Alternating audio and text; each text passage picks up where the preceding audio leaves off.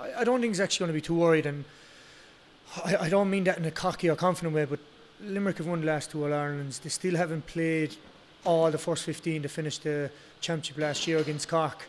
I think the biggest shock Limerick got today was, and I mean this in a nice way about Cork, but they came and they tackled. Last year in the All-Ireland final, Cork got a bad defeat, and it was what they conceded, the more scores ever in an All-Ireland final. And today we saw a complete different Cork team for a couple of reasons. One, maybe tactically, they got a lot more men behind the ball. They used their goalie very well.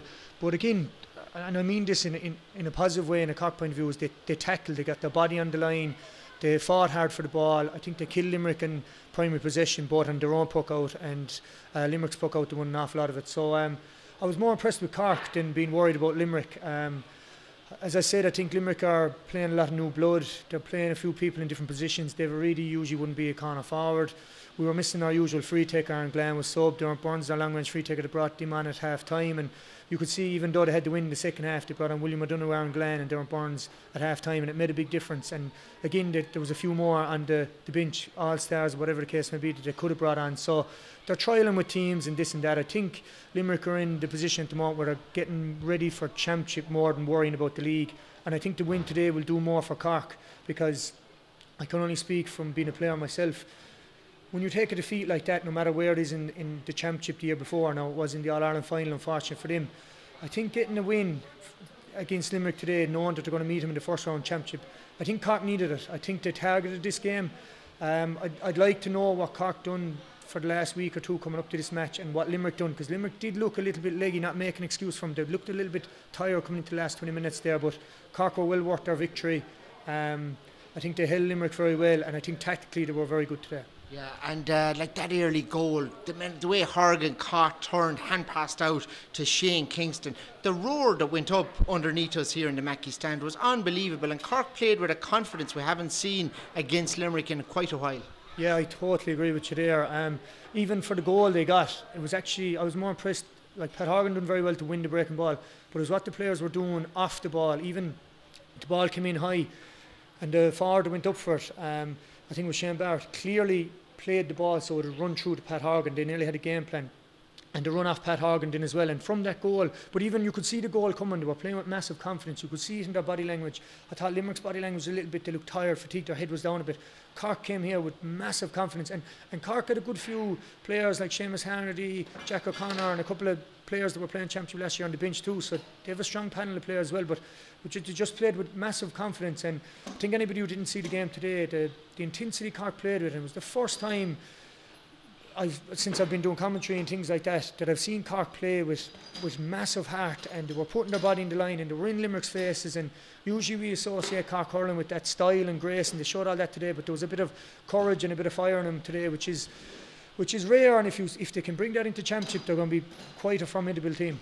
Dara Fitzgibbon was superb in around centre field, you know, winning that ball, playing it into Lehan, into Horgan. He got the Man of the Match award, and like, when you have a player like Dara Fitzgibbon there driving it on, he looks to have matured into a real top-class quality player. Yeah, Stephen, I go back to 2018, the All-Ireland semi-final, and Limerick have come a long way from that match, but especially in normal time, Dara Fitzgibbon, dare I say, nearly won that match on his own. He got a couple of unbelievable scores. As you say, his pace, and he was a young lad then, he's after maturing an awful lot. But nearly since 2018, if I'm being a little bit harsh on him, I thought he never got to that form. No, he was exceptional that day, and he's played a couple of good games, but he was brilliant again today. He showed that kind of form, his decision making on the ball, his athleticism, his speed. And even Cork there in the second half, they brought on unbelievable gears against the wind. They were able to bring on Jack O'Connor, and we all know they were known for their speed last year. But another lad was Dara Fitzgibbon's partner in the middle of the field there, Joyce, today. He's a fella, a Castlemartyr, didn't know much about. I thought he complimented Dara Fitzgibbon unbelievable in the match, really, because Dara Fitzgibbon was nearly playing an attacking midfielder, and Joyce was getting the tackles in. He nearly played like a defensive midfielder in terms of soccer, but he was a lad I didn't know much about, but had an unbelievable game as well. And they really won that midfield battle there in the first half, and that's why they went in 2-12 now to 5 points up. It was their ability to win breaking ball, fighting for the ball on the ground, things we don't associate Cork with, but again, they've done it today, and it'll be interesting to see can they bring that to championship, as I said already. Coming up to half time, there was a red card incident. The goal scorer who got to Shane Kingston was sent off, ball down the field very shortly after. Seamus Flanagan, red card as well. Talk us through that, your thoughts on it all. Yeah, look, with every red card, it's debatable. We were doing a bit there on commentary, and the man with me thought there was a little bit of intent in it. I thought Shane Kingston was harshly done by, because even if you're going in to do a fella with a shoulder, Sean Finn had to turn in a particular way for Shane Kingston to hit him in the head, in my view. The Seamus Flanagan one, I definitely think was harsh, and I don't mean that with my Limerick hat on. I just think it happened straight. The next incident, next play after that was when Seamus Harnedy got the red card. But the one thing I can say, and I've been saying it for quite a while, even if you go back to Richie Hogan's red card, the shoulder has gone out of hurling. You need to be very, very careful. I don't think it's got any place. I think referees are going to get out the red card with it, whether it be league or championship.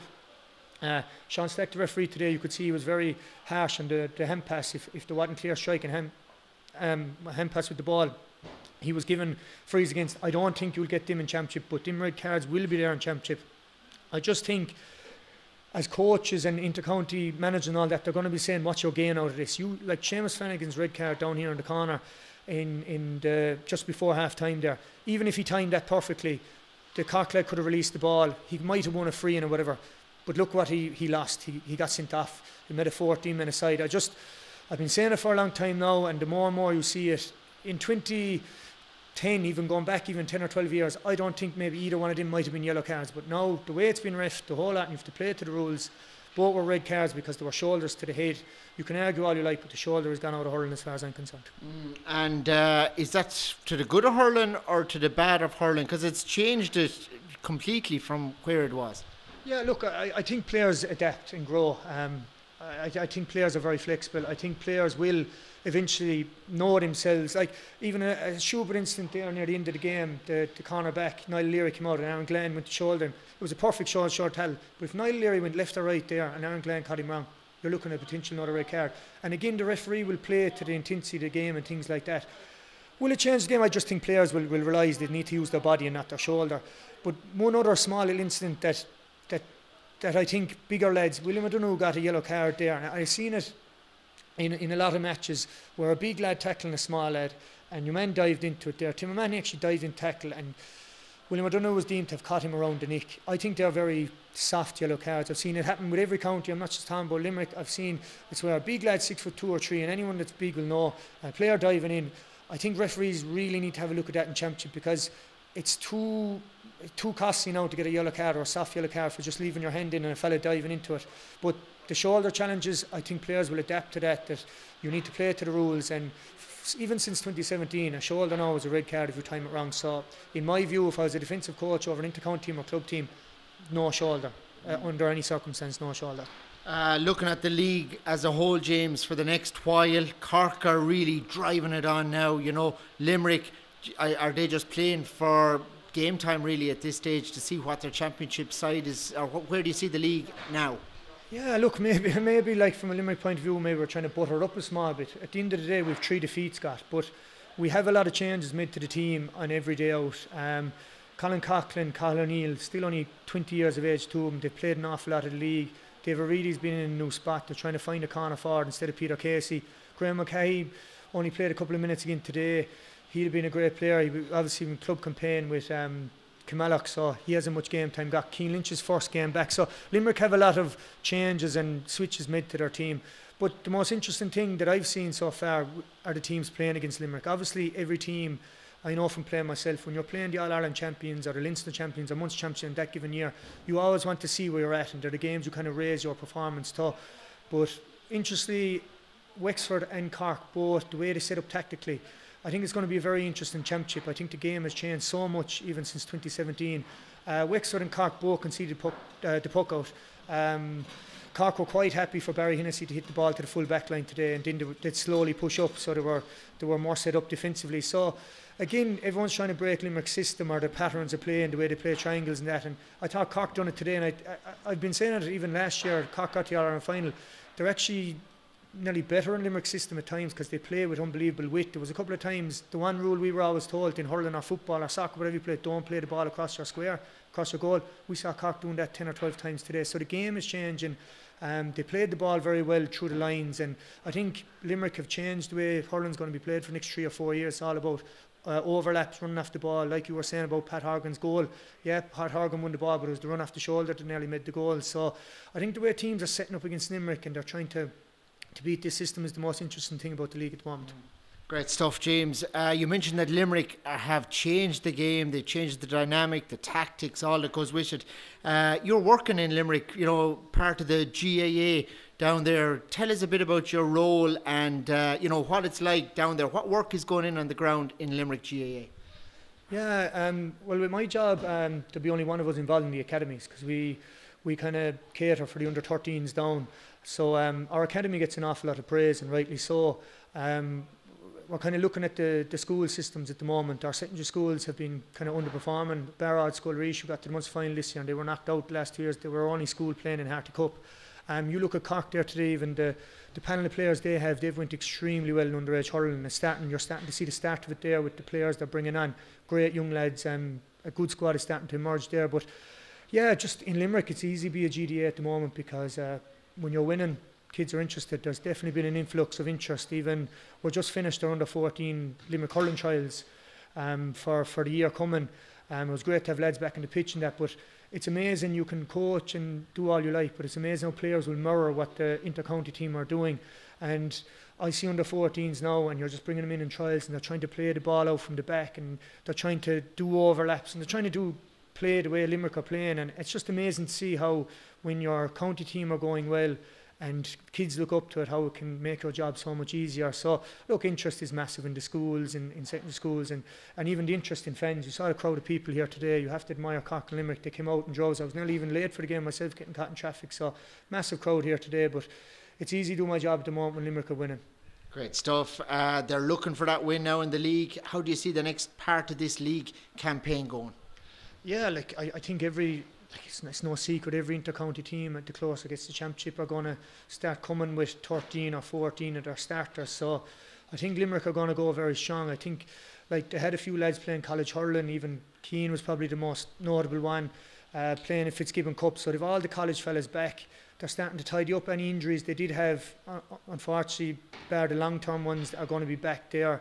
I think they've a lot of their hard training done. Like, people have to realise as well that when you do win in All-Ireland, that you kind of go back that little bit later as well. They went on a team holiday, and there's other kind of little things between medal presentation to all that. So maybe they're a week or two behind in that nature as well. So I think Limerick in the next couple of games will play strong enough teams, and I think, as I said, both eyes now will be firmly on the championship because they're effectively out of the league after losing 3. And Cork?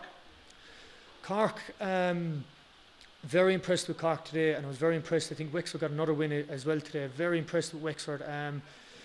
They're the two teams that impressed me the most. Galway obviously have the 3 teams Limerick have played. I've been very impressed with 3 of them, but we know Galway's standard, we know their calibre. It's gas the Cork won the All-Ireland final last year, and still a lot of people in the country have question marks over them. I think they answered a lot of questions today, in my view anyway. If they could stay tackling with that intensity, like, I'd be a big believer that Cork did not tackle last year in the All-Ireland final. They left some of the Limerick forwards free. There was none of that today. They were well set up in the back. They showed good intensity. Yeah, I'm very impressed with Cork. I think they're actually going to go well in the league, and I think Wexford will be someone you'll have to watch in this championship because Darragh Egan, young manager from Tipperary. He's only 36 years of age, and it was amazing to see every one of them Wexford lads when they were playing him. They knew their job, they knew their role. Systematically set up very well against Limerick. They're after 3 wins now in the league as well. So yeah, Wexford and Cork looking like 2 teams that nobody in the country maybe had question marks over. They're looking good at the moment coming into the championship.